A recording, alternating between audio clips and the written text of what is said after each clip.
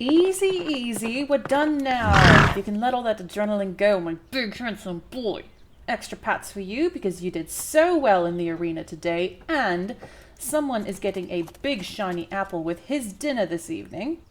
Alright, I'm gonna get off you, Cobalt, so don't jolt forward and make me crack my skull open. I don't think that would be a very good way to end off a successful jousting training session.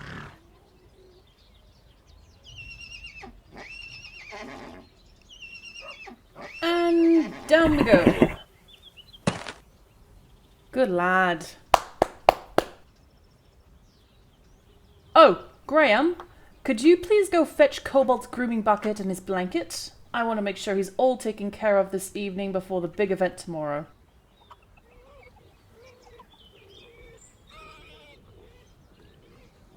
Thank you very much, and if you'd be so kind to...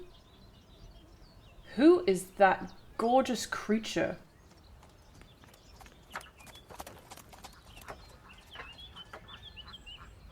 No, Graham, not Cobalt. He's stunning in his own right.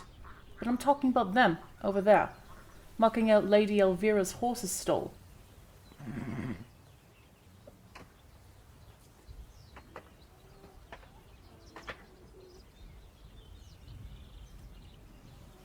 They just started working here, did they? Well then, there's no stopping me from introducing myself now, is there? After all, if they're going to be helping to take care of the most gentlemanly horse in this entire stable, they might as well get to know the knight that has trained and raised Cobalt from the very beginning, from colt to stallion.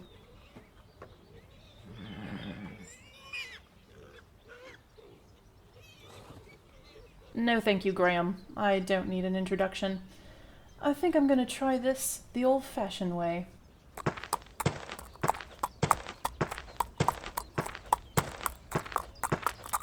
Pardon me, but I don't believe I've had the pleasure of making your acquaintance. I am Lady Jona, and who might you be?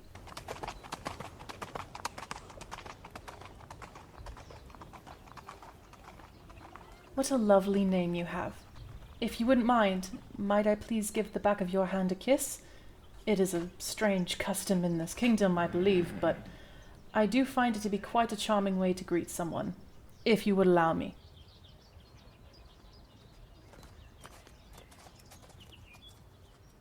Thank you.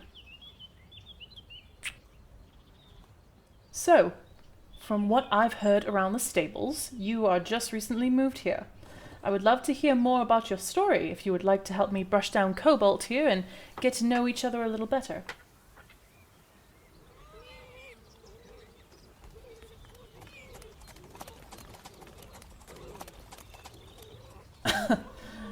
No, you don't have to worry about Lady Elvira becoming cross with you about not cleaning out her little pony's stall. Graham can do it. Can't you, Graham?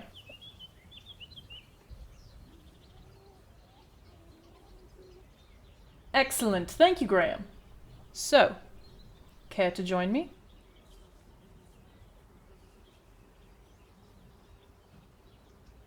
Fantastic. If you would be so kind as to take Cobalt's grooming equipment and his blanket over to Graham over there, I will just walk him over to these cross ties over here and we can get started.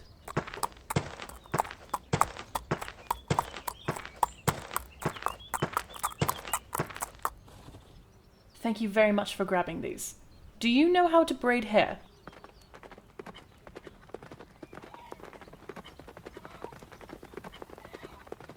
Then would you be so kind as to start braiding his mane and tail, and I'll begin brushing him down. While we do that, how about you tell me what life was like back in your home village?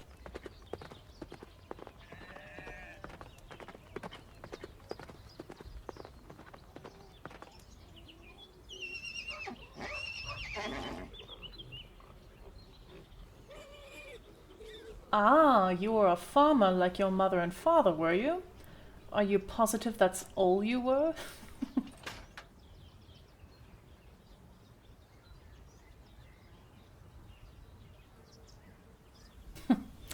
Forgive me for being so suspicious, but I noticed how quickly you answered me, so it seems like you had that answer readily available were anyone to ask you about where you came from, your previous livelihood. However, I am sure that I'm just overthinking things. So, you were a farmer like your mother and father were, and you came here to shovel manure and listen to withered old hags bark at you to clean their ponies.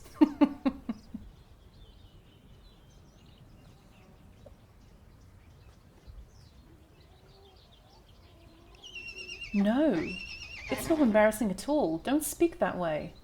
I started out when I was a youngster doing the same thing as you, and I definitely had to listen to Lady Elvira barking as well. I'm of the opinion that any work is good work, as long as you are trying to do good. In your case, you're caring for these beautiful creatures who deserve the best and all of the love in the world.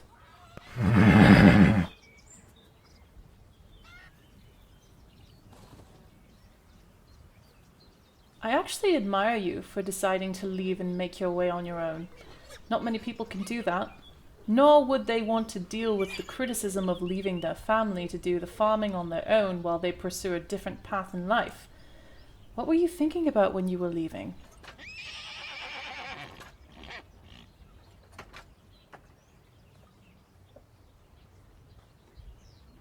You wanted to protect them. How so?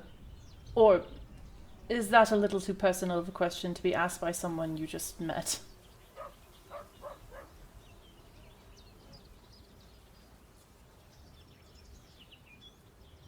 Yes, I can respect that. My apologies. I shall wait for when you're good and ready and comfortable enough to tell me should you ever choose to. In the meantime, I am looking forward to getting to know you better. And I suppose I will be seeing you around the stables often enough, so hopefully Kobold here will become good friends with you as well. I don't suppose you know how to ride.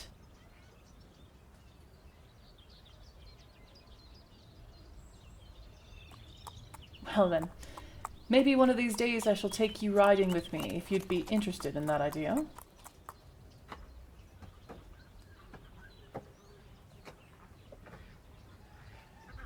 Oh, I assure you, just because Kobold is a big and tall lad, he is a very gentle and sweet creature when he's not working. Besides, it's either him or Lady Elvira's pony, and I assure you, you want to ride anything other than a pony.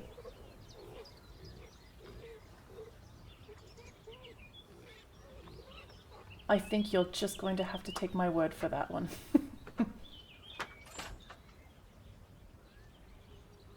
I don't think I would ever be able to handle riding on a pony. I would fear crushing the little thing.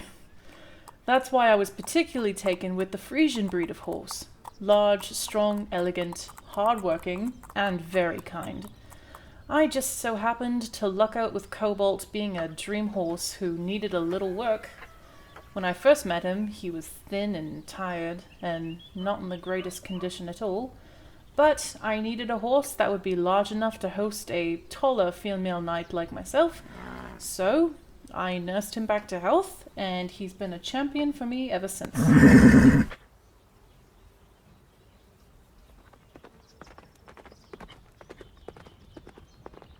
You and Cobalt have a little something in common, I think. You both came from humble, perhaps a little more difficult background to start with, but now you're here, and you're better off than where you were before.